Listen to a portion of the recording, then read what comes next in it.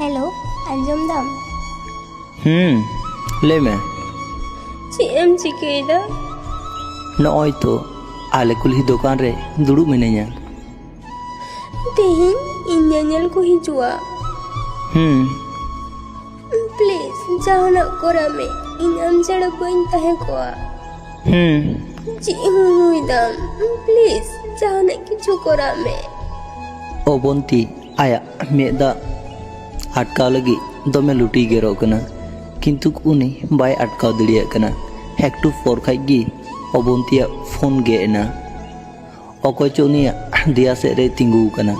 आचुर कते कयक केदा नेले कना इन दीदी ची एमन किदा विशाल बाड़े अंती इन उनिगे दुलर कते तो बन भूल काता है ना इन उनिगे विशेष कते इन भूल कदा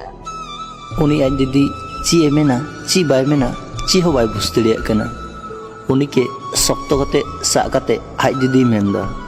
दू आम दो रेडी में उनको आर नासिना परे खागी को हिजुआ इन दिन चलाक कना कमी बड़ा हटा लगी अबंती अंडे खय चलाव नाय उनी पायरा लगी सतुक कना उनी हय उडुक कना से तखन उनी आज दीदिया फोन रे मिटे अन्ना नंबर ते एसएमएस से कना अकय नंबर कना अकय एसएमएस तड़िया उनी आज दीदी के विशाल सिक्रेट अड़ी कते औड़ा से ताड़ाम दा नितो अबंती एम आंग्रो उनिया पांजा नाम हुयु तया ची मने कते चो विशाल कॉन्टेक्ट लिस्ट नेले तेना कॉन्टेक्ट लिस्ट नेल नेलते मिटे न्यूतुम ठे उनी तिंगुइना पूजा अबंती माजे माजे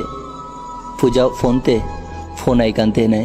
ओना खातिर विशाल ओना नंबरे सेव कते दोहो कदा ची मने कते चो ओना नंबर रे एसएमएस दमे स्पीडे ऑल दा विशाल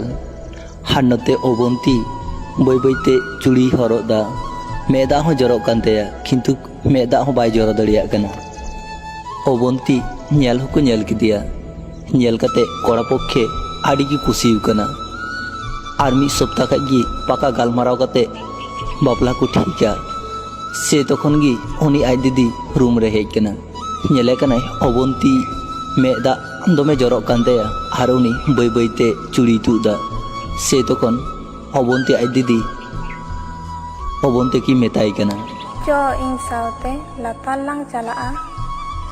चेदा आम लगी मिटेन सरप्राइज हेना जी बेसी कथा आलुम मेना से इन जहां मेंदा ओना कमी में अबंती चिग्गी बाय बुझ दड़िया कना उनिया दमे कष्ट हुयु कानतेया तावरे हो आज दीदिया तायम तायम ते बई बईते रूम कोए उडुकना आम नोंडे तिंगु हताड़म इन ओड़ा रेन हॉरिन नेल लिखु गे ची को चिकायदा बई बईते आज दीदी आज गो आज बात किना रूमे चलावना ओंडे उनकिन आडिकिन गालमाराव दा बुझ किदाय आज दीदी जे नितो दो बांकिन उडुका आरो उनी बई बईते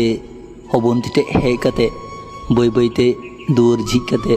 अबंती तकिन कुल्ही से किन उडुकना ओड़ा खन कुल्ही उडुक सावते अबंतिया आलादा रकम गी रस्कई बुझ किदा कारण विशाल तिंगु मेनाया कुल्ही दुआर रे उनी एम आंग्रो उनी एम जतो किछु हरक कदा से तखन अबंती विशाल के नेल कते मिताई कना एकटू लहा विशालेंगे एसएमएस दिन तेहना जे साहाय्य लगी बारिया हर सारा जीवन कष्ट आते किन तेहना नोवा इन बन मनाव दाड़ेव कदा किंतु बाबा दो ओना को दो आम बांग चिंता होय तमा ओड़ा रेन हर इन ठीक गिन मनाव कोआ आज दीदी के हड़ू कते बई बईते विशाला बाइक से ताड़ाम दा ओंडे चलाव कते विशाल के मिताई कना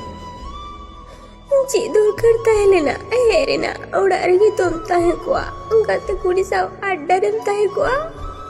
ओना कथा को मेन एटा से कोय कते मेन किदा थोड़ा अभिमान कते मेन किदा अबंती आम रा लेखाय तिना भलिम नेलोआ इन ओना नेल लगी आमटे हे कना बई बईते बाइक रे दुडु किदिया ओंडे खय बई बई तिकिन उडुकना विशाल जुदी टाइम से कोयक किया